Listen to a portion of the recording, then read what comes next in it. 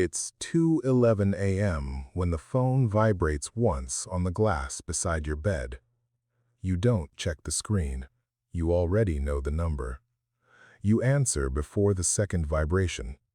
There's no greeting, only a voice warning that a politician is going off script tomorrow, and if he does, markets will react and control will be lost. You sit up in silence, and when they say he needs to be contained, you already understand what that means. The call ends, but you don't move, because you know you are not the one who speaks in public. You are the one who decides what is allowed to be spoken. You weren't always here. You started in a room no one remembers, at 23, inside a campaign office that smelled like cheap coffee and pressure. Your job was research, opposition files, data, patterns hidden inside public records.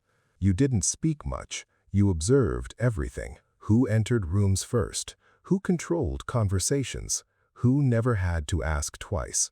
At night, you wrote patterns in a notebook until one day you stopped writing because you had already internalized the system. You learned early that power was not loud, it was procedural. In your first real year, the candidate you worked for was at 3% polling, ignored by everyone. You were still just an analyst, but you noticed something important: how narratives were shaped, not created. When a small scandal broke against an opponent and suddenly spread with perfect timing, you recognized the structure behind it. You didn't ask who did it, you only learned that nothing in politics moves without design. By the end of that cycle, you were promoted quietly, not for attention, but for usefulness. By 27, you were inside national campaigns where everything moved faster and cleaner. You weren't just observing anymore, you were shaping briefing notes that changed how candidates spoke without them realizing it. One journalist contacted you off the record, asking for missing information about an opponent. You had it. You sent it without hesitation. When the story broke and the opponent collapsed within days, you felt no celebration, only efficiency. That was when you understood the difference between winning and controlling the conditions of winning. At 32, you were inside government, but never truly part of it. You didn't vote on decisions. You structured them so the outcome was already decided before the meeting began. Ministers asked you what they should do, but you never gave direct answers, only consequences. Slowly, they started making the decisions you had already designed through framing. You learned to build influence quietly, collecting obligations instead of favors, and letting time turn small influence into structural control.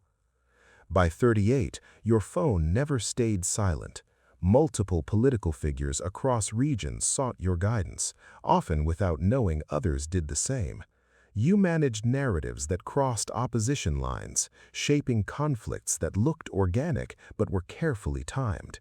When a governor faced exposure, you redirected attention to a larger scandal elsewhere, not saving him directly, but replacing the problem. At that point, you stopped thinking in individuals. You started thinking in systems, pressure points, and timing. At 44, you no longer chased access. Access came to you. Presidential candidates spoke to you as if you were part of the process itself. One of them told you he needed to win. You corrected him. He needed to become unavoidable. You guided positioning, controlled perception, and shaped inevitability rather than persuasion. When he won, he thanked you, but you didn't respond. You had already moved past ownership of outcomes. By 49, you were no longer advising decisions. You were designing political environments before decisions even existed. Parties no longer asked who was best, they asked who was viable. You understood what that meant, and you gave answers based on control, not merit. When a senator became unpredictable, you didn't confront him, you isolated him through narrative withdrawal, donor silence, and media redirection. He stepped down, calling it personal. You knew it wasn't. At 54, your name existed only in selective rooms where outcomes needed stabilization. Global negotiations, leadership transitions, crises that required invisible alignment, all passed through quiet channels before becoming public. When a leader resisted, you didn't force him directly. You shifted conditions until resistance became impossible to maintain. You no longer saw it as manipulation. You saw it as maintenance of balance within systems that depended on predictability. At 59, there were no titles left, only influence without structure. Calls came before announcements, sometimes lasting minutes, moving billions, careers, policies. There were no records, no visible decisions, only outcomes that aligned too precisely to be accidental. You had traded visibility for control long ago, and now the system no longer needed your approval. It simply reflected your direction as if it had always been that way.